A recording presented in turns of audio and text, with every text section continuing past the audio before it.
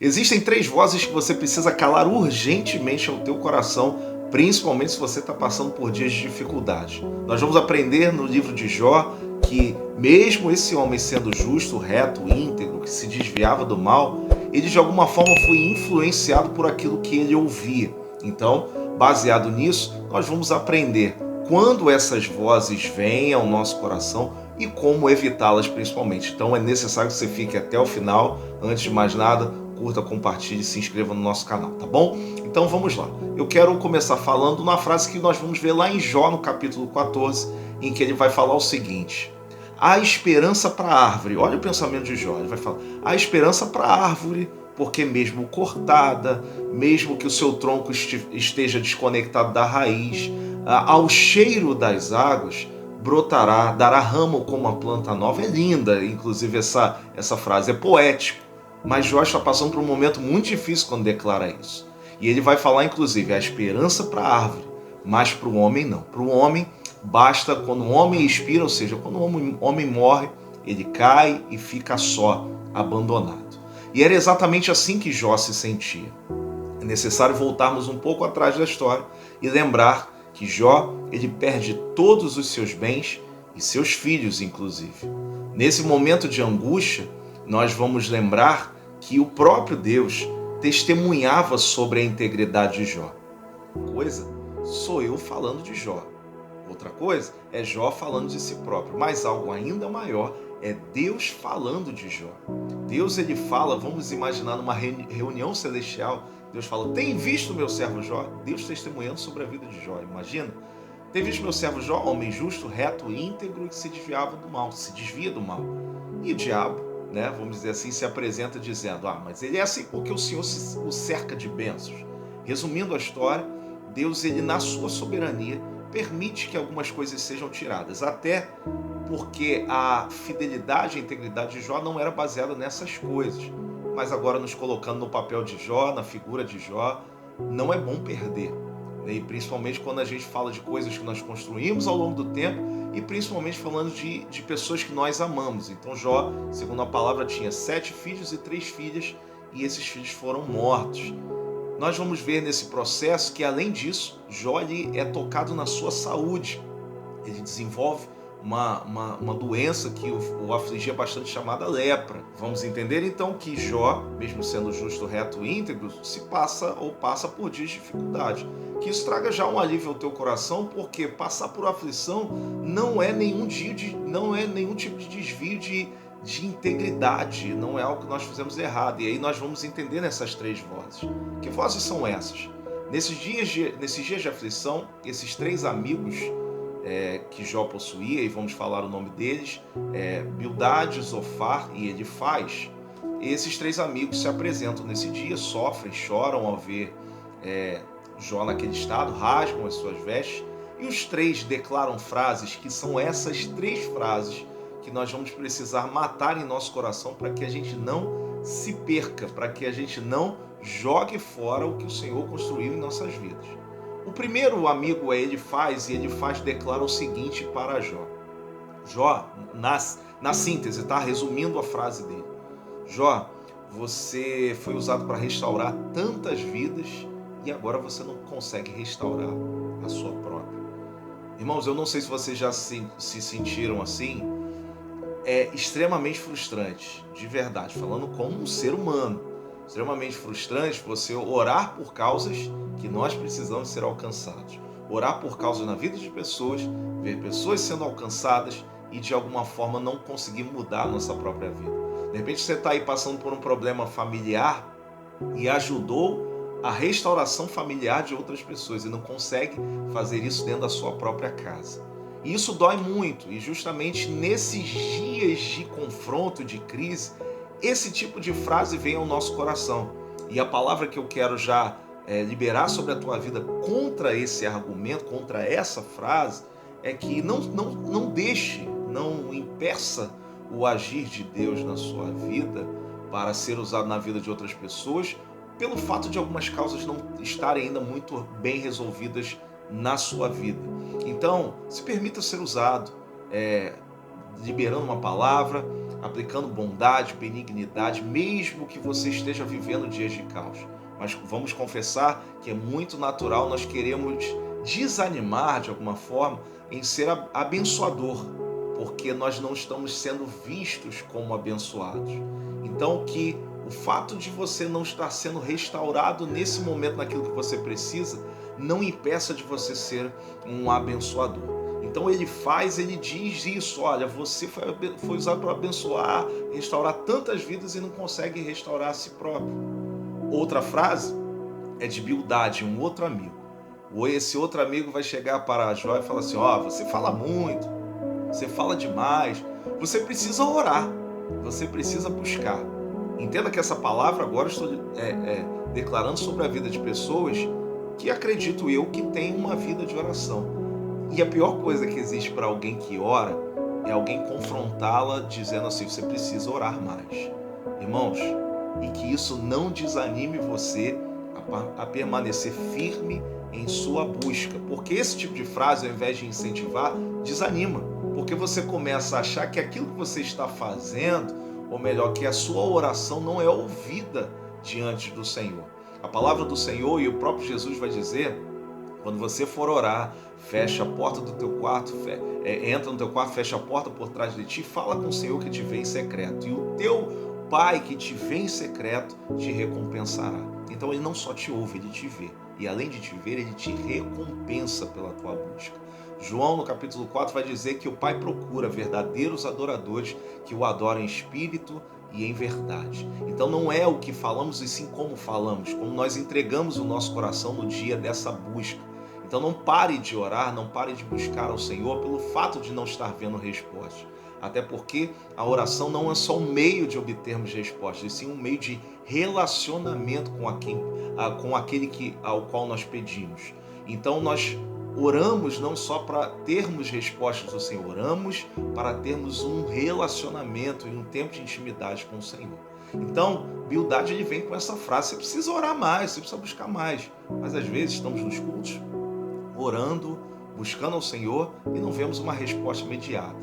Então, não fazemos isso para termos respostas simplesmente. Fazemos isso porque amamos o Senhor e dependemos da sua presença. E no final vem uma frase de Zofar, que é o seu terceiro amigo, e essa frase é angustiante. Ele vai falar, Jó, você está passando por isso porque de repente tem alguma coisa errada na sua vida. Aí a gente remete ao início, quando nós falamos o seguinte, que até os homens justos, retos, íntegros, que se desviam do mal, passam por adversidade, por dias difíceis.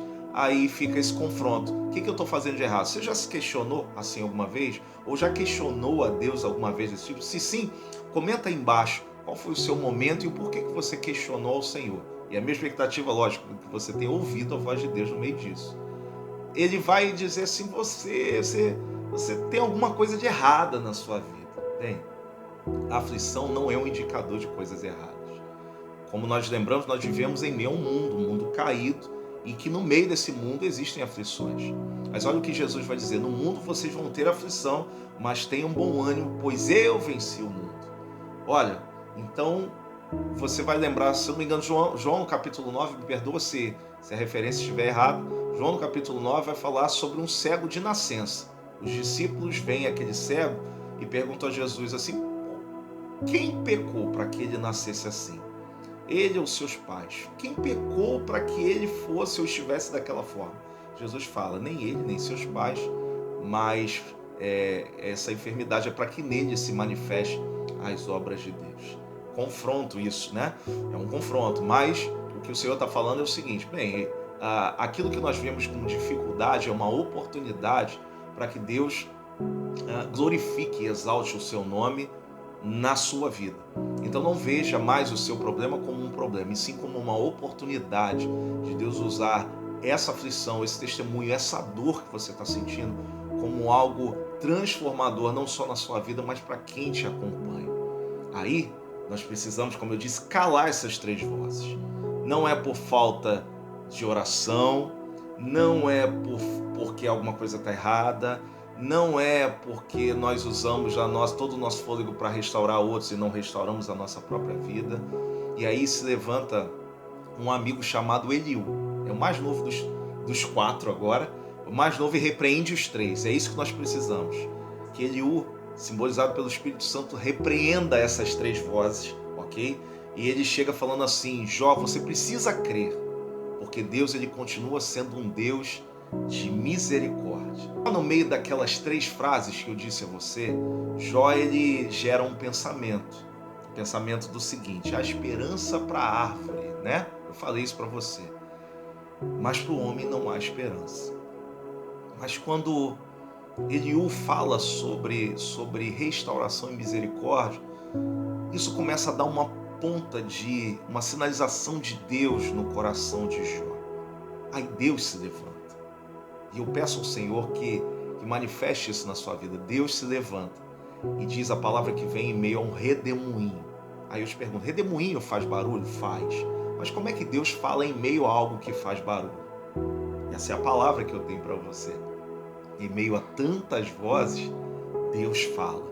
E a voz de Deus é audível em meio a um redemoinho, porque a voz do Senhor é mais poderosa do que outros barulhos que existem por aí.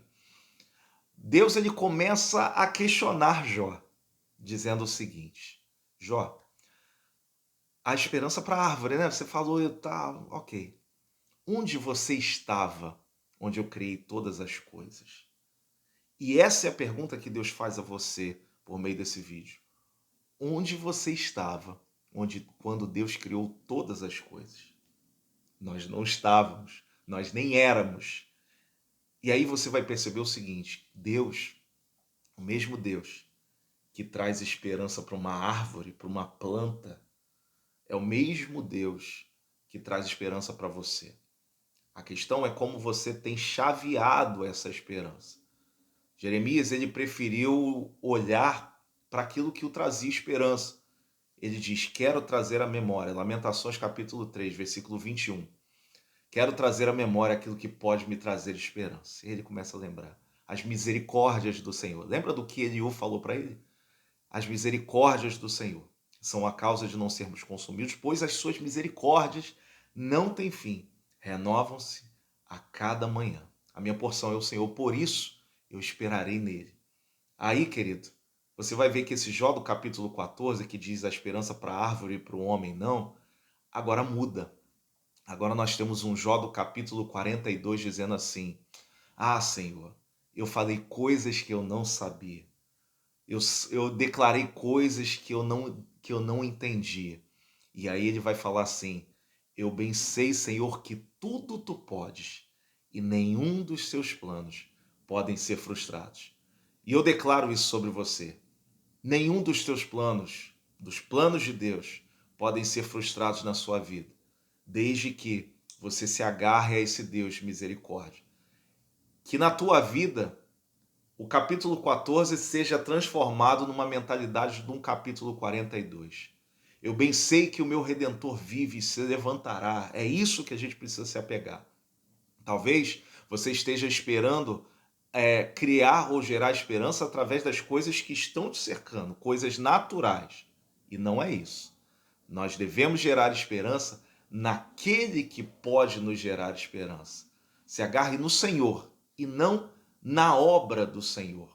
Deus permite que algumas coisas aconteçam na nossa vida, mas enquanto não acontece, olhe para Ele, pois Deus é suficiente para manter você de pé, gerando esperança, continuando firme. Então, que nesse vídeo, por meio dessa palavra, o Senhor possa gerar esperança no teu coração. Tá bom? Que essa palavra possa ter abençoado a tua vida. Eu declaro em nome de Jesus as bênçãos de Deus e que essas vozes se calem aos teus ouvidos, no teu coração, e que a voz de Deus, mesmo em meio ao redemoinho, te levante, gere esperança, te coloque novamente no caminho, sem crise, sem desespero, crendo que Ele pode todas as coisas. Creia nisso. Tá bom? Um grande abraço, não se esqueça de se inscrever no nosso canal, recomende esse vídeo para outras pessoas e, enfim, nos ajude a crescer nesse canal para que mais vidas como a sua sejam abençoadas. Tá bom? Fique com Deus e até a próxima, em nome de Jesus.